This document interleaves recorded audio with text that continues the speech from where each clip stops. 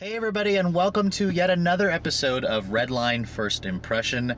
This week is a fantastic week because Cadillac has sent me the all-new 2017 CTS-V. This is the third generation of Cadillac's super sedan, and I'm happy to report it's also the most powerful press car I've ever gotten, so you all can imagine just how excited I am to show you guys this vehicle. However, for this Redline First Impression, I'm just going to talk about briefly my top 5 initial likes and dislikes for this all-new CTS-V, so let's get started.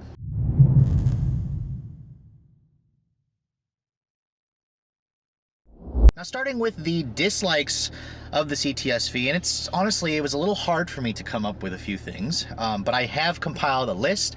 Number 5 for my top 5 dislikes for this car will definitely go to the interior. Now, that's not to say the interior is bad. However, this particular one that I'm driving is $110,000, and there are certain elements of this interior that just, to me, don't look like $110,000.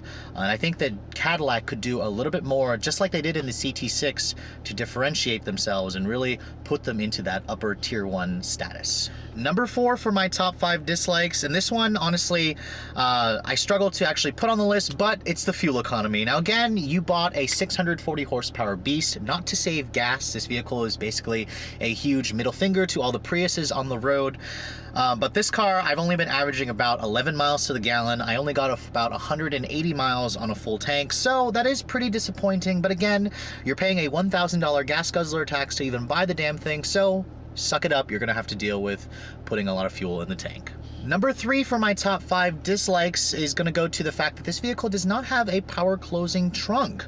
Now, I know it's not that big of a deal for some of you. However, when you're spending this much money, there are just certain features that you expect a car to have, and the fact that it doesn't even have the option of a power closed trunk like some of its other European competitors just seems like a glaring omission, and it wouldn't be that hard for Cadillac to add. The new CT6 that I showed you guys earlier this year had that feature. Number 2 in my top 5 dislikes actually is going to go to the steering wheel. Now, GM did put a specific steering wheel on the CTS-V. However, I kind of wish that they had gone a little bit more.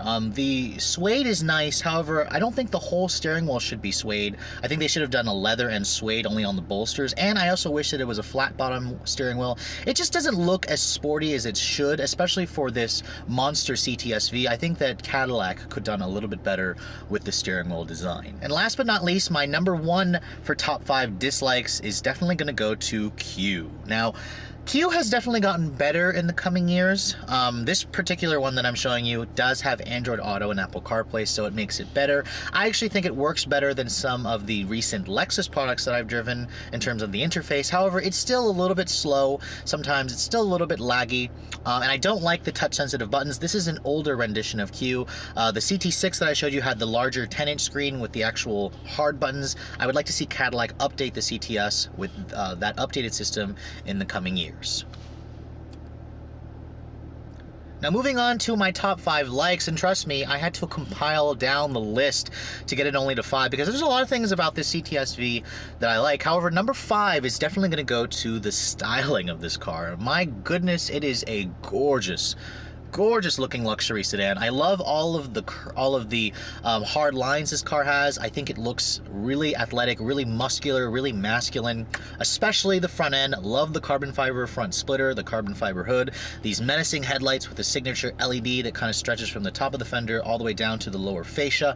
The whole design for me just works, and it's even all the proportions just, to me, look like a premium, look like a muscular American style sedan that is definitely going to stand out in the sea of all the German competitors that just are crowding this segment. Number 4 in my top 5 likes are going to go to these Recaro seats. Now, these are an optional seat. However, they offer like 20 different ways of adjustability. You can adjust the actual bolsters on the sides, on the bottom cushion, your lumbar, and they really hug you in place well, but they're also comfortable on long drives. My only gripe, if I had one, is the fact that they took away the cool seat option when you go for the Recaro, so they're only heated and they don't have a massage function. But honestly, If you want the massage function, you gotta go to the CT6. This is a high-performance luxury sedan, and the seats are perfect for high-performance driving. So number 3 in my top 5 likes for the CTS-V have to go to the handling. Now, this is a big luxury sedan. However, Cadillac has put this car on an all-new platform. It's basically a stretched version of the Alpha platform that underpins the ATS and the new Camaro. And this car drives like a much smaller car than it actually is. When you come up to a corner and you just turn the wheel, the vehicle's front end just has so much grip. There's very little body lean, and the chassis just responds so well. And it's just amazing what Cadillac has done with this car. And it's also done a good job at keeping the weight down. This big super sedan is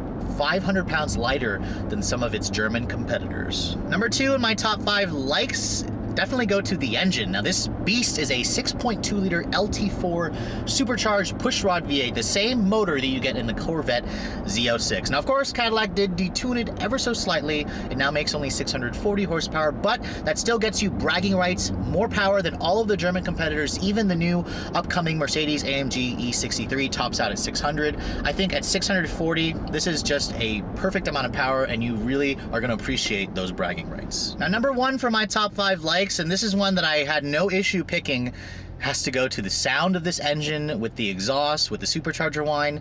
It's just the best sounding V8 that I've heard in a long, long time.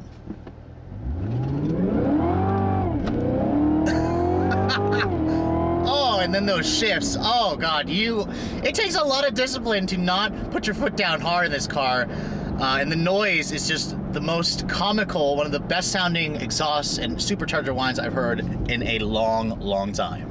But anyways, I hope you guys have enjoyed my Redline first impression of this 2017 CTS-V. Now keep in mind, this is just kind of a short video where I talk about my top 5 initial likes and dislikes. There will be a full Redline review of this vehicle, so stay tuned for that. But until then, if you guys are looking to see the latest cars I'm testing, make sure you follow me on Instagram at redline_reviews. Like us on Facebook, and as always, guys, keep subscribed to the Redline Reviews YouTube channel for all the latest reviews. Thanks so much for watching. I'll catch you all in the next video.